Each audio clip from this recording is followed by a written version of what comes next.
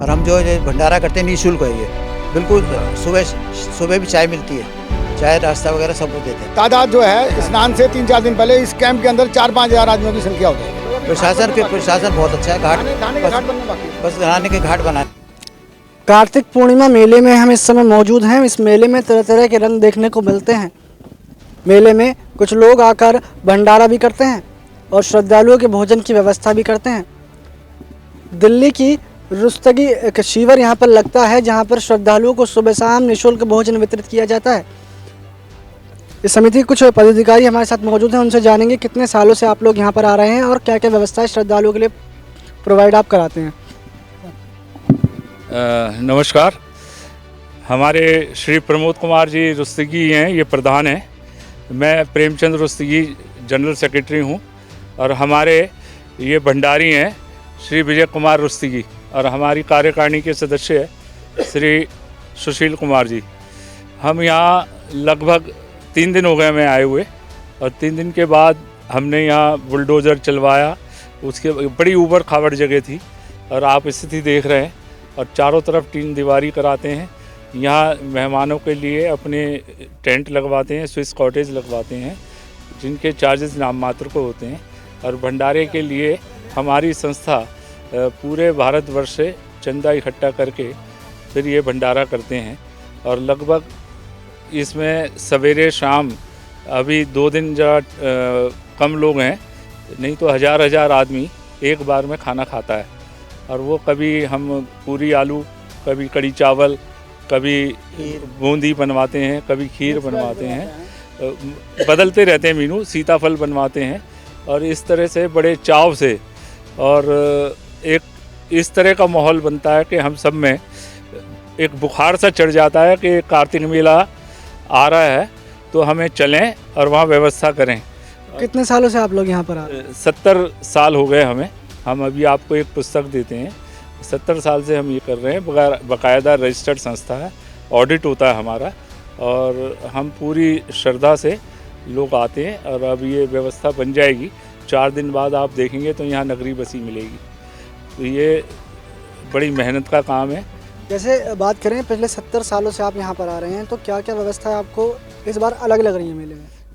यहाँ पहले से इस साल हम 3 साल बाद ये कैंप लगा रहे हैं, क्योंकि कोरोना की वजह से हमने 2 साल बाद तीसरा साल है ये। व्यवस्था बहुत अच्छी है। पहली बात तो सड़क बहुत चौड़ी बनाई है। दूसरी बात, पुलिस ने अभी यहाँ टेंट लग गए थे किनारे पे, अब के वो उन्होंने हटवा दिए। देख के बड़ी खुशी हुई। पहली तो कोई सुनता ही नहीं था, प्रशासन नाम की कोई चीज़ ही नहीं थी। आए और बस अपना चंदा वसूली किया और चल दिए। अब देखो चंदा वसूली का टाइम आएगा तो क्या होता है। बाकी कुछ इंतज़ाम जो पंचायत को देखना चाहिए वो ये है कि यहाँ चार्जेस बहुत ज़्यादा लेते हैं। वो तरह तरह से प्रताड़ित करते हैं और जो छोटे दुकानदार हैं उनको तो ऐसे भूनते हैं जैसे जलेबी की तरह तल देते हैं उन्हें। तो मेरा तो प्रशासन से प्रार्थना है इस तरफ ध्यान दे, क्योंकि श्रद्धालुओं का मेला है। और इसके बाद प्रधान जी अपने विचार रखें। जी, जो यहाँ पर जो चार्जेस हैं, हम प्रशासन से चाहते हैं कि वो चार्जेस बिल्कुल माफ़ किए जाएं, क्योंकि ये जो मेला है ये धार्मिक मेला है। इसमें कोई भी आदमी जो है स्नान के प्रति, गंगा स्नान जो हमारे यहाँ गंगा को माँ के रूप में माना जाता है, इसके लिए जो ये चार्जेस हैं इसको बिल्कुल पूर्ण रूप से हटाया जाए। सरकार जो हमसे वसूलना चाहती है, ये हम यहाँ कोई कमाई करने नहीं आते हैं, सिर्फ धर्म का काम करने आते हैं कि आएँ गंगा स्नान करें। जो हमारी पुरानी रीत चल रही है उसी पे हम चलते रहें। हमारे पूर्वजों ने इस कैंप को जमाया, उसको हम आगे लेकर के बराबर चल रहे हैं। और प्रशासन का इस बार बहुत अच्छा इंतजाम है, हम प्रशासन को बधाई देते हैं। पर प्रशासन से एक ही रिक्वेस्ट है कि मेला टैक्स जो वसूलते हैं वो ना लिया जाए। मैं बस इतना ही कहना चाहूँगा। सर, क्या क्या अंतर इस बार आपको मेले में लग रहा है? देखो जी, प्रशासन के हिसाब से बहुत अच्छा व्यवस्था हो रही है। मतलब घाट भी उन्होंने बना दिए हैं, सब कुछ करा दिया है। अब और भी लाइट वगैरह सब काफ़ी लगा दी है। हाँ, मैं बात कराता हूँ। सड़क काफ़ी चौड़ी करा दी है। मतलब सफाई का इंतजाम है। अभी सामने सुबह लगाया था एक उन्होंने जगह घेरी थी 20 एक आदमियों ने, उसको हटाया इन्होंने, बहुत खुशी हुई। प्रशासन बहुत अच्छा है। नहाने के घाट बनने बाकी है। बस नहाने के घाट बनाने हैं। प्रशासन से ये कहना है कि नहाने के घाट बना दे, जिससे कि हमें जो परेशानी ना हो।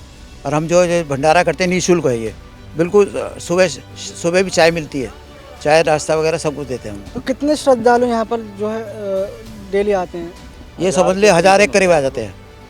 हमारे इस कैंप में कम से कम, जब ये कैंप हमारा शुरू हो जाएगा, इसमें जो तादाद जो है स्नान से 3-4 दिन पहले इस कैंप के अंदर 4-5 हज़ार आदमियों की संख्या हो जाएगी। इतनी तादाद में हमारे यहाँ धार्मिक जो हैं लोग आते हैं, आके ठहरते हैं और अपना बड़ा आनंद लेते हैं।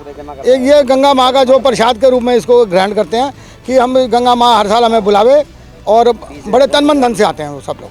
एक समस्या और आकर्षित करना चाहूँगा, एक समस्या की तरफ और ध्यान आकर्षित करूँगा। हमारे जो मेहमान आते हैं उनको पीछे गाड़ियाँ रोक ली जाती हैं उनकी, जबकि हमारे पास पार्किंग की व्यवस्था हमारी अंदर, सारी गाड़ियाँ अंदर खड़ी होती हैं और पीछे ही सड़क है हमारे। तो कुछ ऐसी व्यवस्था करनी चाहिए जो रुस्तगी शिविर के पास देख के उन गाड़ियों को आने देना चाहिए, क्योंकि बच्चे आते हैं तो ज़्यादातर संख्या वृद्ध लोगों की होती है, और वृद्ध को आपको पता कितनी दिक्कत होती है। मैं स्वयं 71 साल का हूँ, तो बड़ी दिक्कत होती है चलने में। तो मेरी प्रशासन से प्रार्थना है कि वो इस तरफ ध्यान दे और इस कार्य को पूर्ण करे, बल्कि इसी सेशन में पूरा कर दे, क्योंकि जो आती है ना बाहर से गाड़ी जो आती है, हम लोग रिश्तेदार वगैरह आते हैं, मेहमान आते हैं, वो इसी साल से जो इसको इस साल शुरू कर दे तो बहुत अच्छा रहेगा। वरना क्योंकि हम बहुत प्रशासन के बहुत धन्यवाद देंगे। माँ गंगा के पास है जो उनको भी खूब फले फूलेंगे, वो भी हमेशा खुश रहेंगे, वो भी मेरी यही प्रार्थना प्रशासन। तो जैसा कि इनका साफ तौर पर कहना है कि इनकी संस्था पूरे भारतवर्ष से चंदा इकट्ठा करके श्रद्धालुओं को भोजन वितरित करती है, और कई सालों से यह शिविर यहाँ पर लगता आ रहा है। हापुड़ से कैमरा पर्सन संजीव के साथ तुषार शर्मा, हापुड़ हलचल।